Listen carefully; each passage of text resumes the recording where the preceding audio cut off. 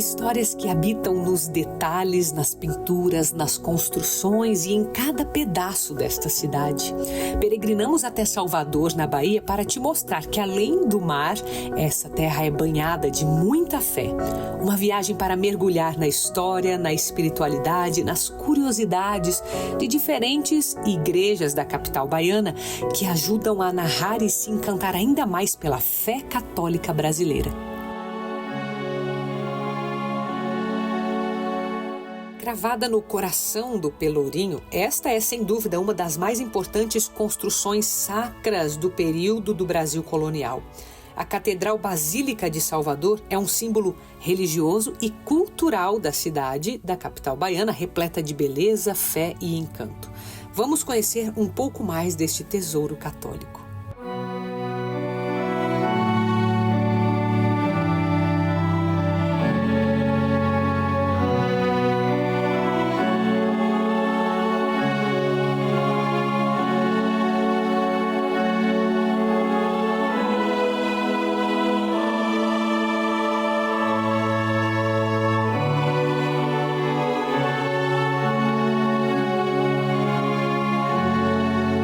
Vamos peregrinar mais um pouco, então, aqui pela cidade de Salvador, na Bahia. Eu agora estou dentro da Catedral Basílica de Salvador. E como toda catedral basílica, ela precisou da autorização do Papa em Roma para ser construída. O que chama atenção aqui nessa igreja, né? Primeiro, a gente está aqui dentro do Brasil, né? Em Salvador, capital da Bahia, e a gente entra e se depara com paredes muito altas, né? Uma estrutura de igreja que a gente vê muito na Europa, né? Em Roma principalmente, aquele estilo que parece que você está sendo engolido pela igreja, né? De tão grandioso que é. Isso é muito raro da gente ver aqui no Brasil, primeira coisa. Quando a gente olha para o sacrário, né, que chama muita atenção, um dos sacrários mais lindos do mundo nós temos aqui, também chama muita atenção o teto da igreja, que é todo em alto relevo. Mas assim, aqui o que a gente tem que pensar, né, apesar ali da gente olhar um pouco para o histórico, ela levou 18 anos apenas para ser construída. Se for pensar na magnitude dessa obra, 18 anos é um tempo rápido, né? 1672 ela foi concluída, mas recentemente ela foi restaurada, em 2018. Então está muito bem conservado tudo que está aqui dentro. E o principal papel aqui dessa catedral é mostrar a história do catolicismo no Brasil. Então a gente vê elementos muito influenciados por Santo Inácio de Loyola, nós vemos elementos chineses pela evangelização oriental, também aqui dentro dessa estrutura. E assim, é claro que tudo brilha aos olhos aqui dentro, né? Mas a gente tem que entender muito mais o aspecto do como que tudo isso influencia a nossa fé aqui no Brasil. Então é um lugar que vale a pena você se deslocar de onde você esteja para conhecer, porque tanta gente vai para fora do Brasil para ver algo assim, né? A gente vai lá para a Europa e, enfim, nós temos aqui no Brasil. Então essa é eu creio, a maior riqueza da nossa fé. Nós temos um catolicismo muito forte no Brasil e que bom que eu posso compartilhar isso com você, que eu posso deixar que você, junto comigo, descubra muito desta fé que nós temos ainda muito viva no nosso Brasil, viu? Espero que você tenha gostado, todas as imagens que a gente preparou aqui para você. Beijo, fica com Deus!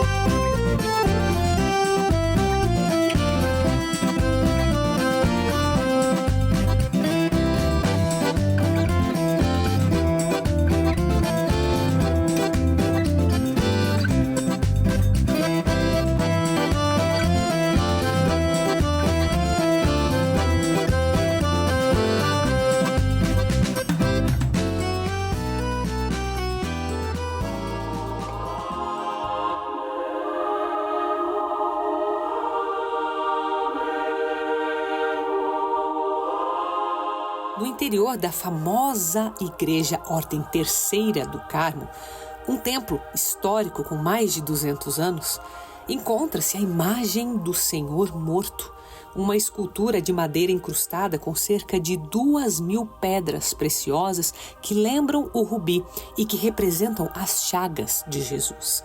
Vamos conhecer mais sobre esta construção, que é um verdadeiro patrimônio da cultura brasileira.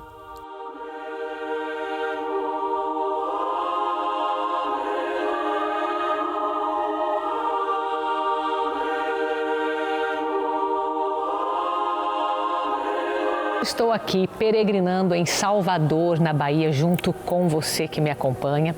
Estou nesse momento dentro da igreja de Nossa Senhora do Carmo, da Ordem Terceira dos Carmelitas. Isso significa que é uma igreja de uma ordem leiga, então não é nem de padres, que seria a primeira ordem, nem de religiosas, que seria a segunda ordem, é de leigos, que seguem a ordem carmelita. E essa igreja é interessante porque quando a gente peregrina, nós temos que pensar que nós temos que falar com a nossa devoção. Bom, Nossa Senhora do Carmo é madrinha da obra Evangelizar, é uma devoção que nós temos e por isso nós escolhemos essa igreja, que é uma igreja bem antiga, ela é um estilo barroco, ela data de 1709 mais ou menos, mas ela passou por um incêndio, sofreu um incêndio, então depois disso ela acabou tendo uma influência neoclássica também, né, segundo os estudiosos. Mas o que chama atenção aqui dentro dessa igreja é que você, por ela ter esse aspecto barroco, ela acaba mexendo muito com todos os sentidos. Então, geralmente, a pessoa que entra numa igreja dessa, que é uma igreja pequena, mas ela acolhe, você é atraído pelo contraste de cores, pelos materiais. Então, tudo isso são símbolos, mas que mexem muito com a nossa fé, que traz aquele avivamento de fé que a gente busca em uma peregrinação. E é interessante a gente pensar que aqui dentro dessa igreja, bom, os carmelitas, toda Sexta-feira Santa, eles iniciam os 7 passos de Jesus crucificado, que é aquela origem da nossa Via Sacra, né? Os 7 passos, que hoje a gente tem 15 na Via Sacra, mas que originalmente eles mantêm esses 7 passos nos carmelitas. E eles começam os primeiros passos daqui na Sexta-feira Santa. E aí eles vão depois para uma sala que nós temos aqui que está separada, que representaria o 7º passo. E ali vai se encontrar uma grande obra de Jesus, que é conhecida como o Senhor Morto, e que eu vou caminhar até lá com você para te mostrar essa grande obra que nós temos de Francisco Xavier das Chagas, que é o escultor dessa grande obra. Então a gente vai andar aqui pelos corredores.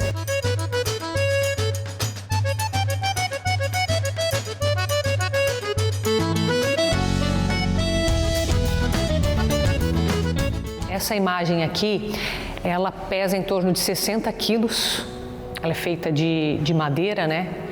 E você vê os detalhes que o artista trouxe, que chega a ser bem humano, né? Então, mexe com os sentidos mais uma vez, porque traz essa, digamos, essa delicadeza das feridas, das chagas de Nosso Senhor, das chagas abertas, das santas chagas de Jesus.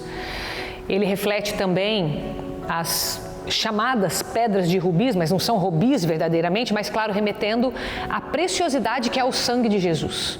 Então, se a gente olha, a gente vê várias gotas que parecem que estão molhadas, misturando água e sangue, vendo o coração, a ferida aberta do coração, todas as santas chagas abertas de uma forma assim que mexe muito com quem está em peregrinação, com quem busca essa profundidade na fé.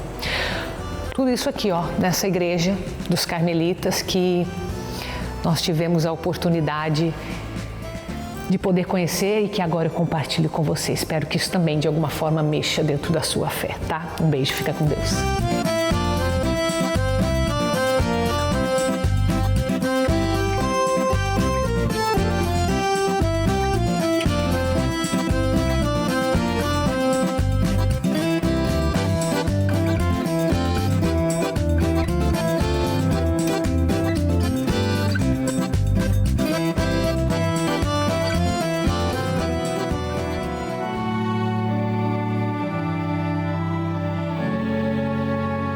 E dentro do famoso Pelourinho, um verdadeiro presente para os devotos e amantes da fé franciscana, a Igreja e Convento São Francisco, repleta de histórias e simbologias, adornada de muito ouro. Este templo encanta pela sua formosura e os seus ricos detalhes.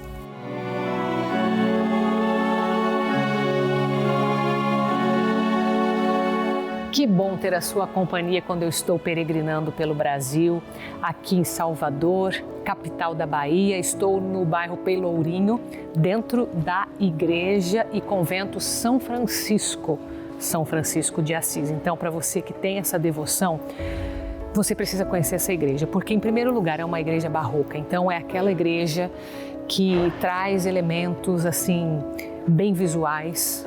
E interessante que dentro dessa igreja aqui você vai poder constatar que tem muita riqueza aqui, apesar de ser assim um pouco contraditório com São Francisco, que tinha o voto da pobreza. Então a gente vê muito ouro aqui dentro. Porém, tem uma explicação para isso. Os portugueses, eles se confessavam com os franciscanos, achavam que de alguma forma tinham que recompensá-los por isso e, portanto, davam em troca muito ouro para ser colocado na igreja, nos altares, inclusive até em brasões, como a gente vê logo acima, uma coroa representando essa realeza portuguesa. O teto, ele representa ali todas as ladainhas marianas, os ofícios marianos, então é algo bem peculiar que nós temos aqui nessa igreja. E o crucifixo, que é o único que nós temos no Brasil, onde está ao lado de Jesus crucificado o próprio São Francisco de Assis. É algo assim bem peculiar, bem tocante da nossa fé e principalmente para você que tem a devoção a São Francisco de Assis. Então, um local para você também pisar que está aqui no centro de Salvador, na Bahia, no Pelourinho. Com certeza vale muito a pena você fazer esse tipo de peregrinação. Espero que você tenha gostado. Deus te abençoe. Um beijo. Fica com Deus.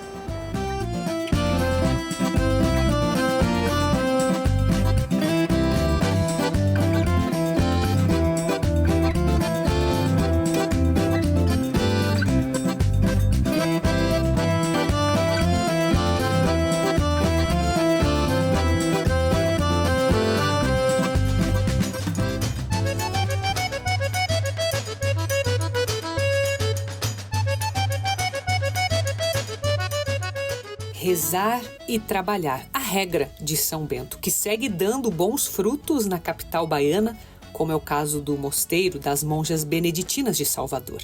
Formado por mulheres exemplares, estas servas de Deus dedicam suas vidas à oração e ao serviço da igreja por meio da produção e venda de variados e deliciosos produtos artesanais.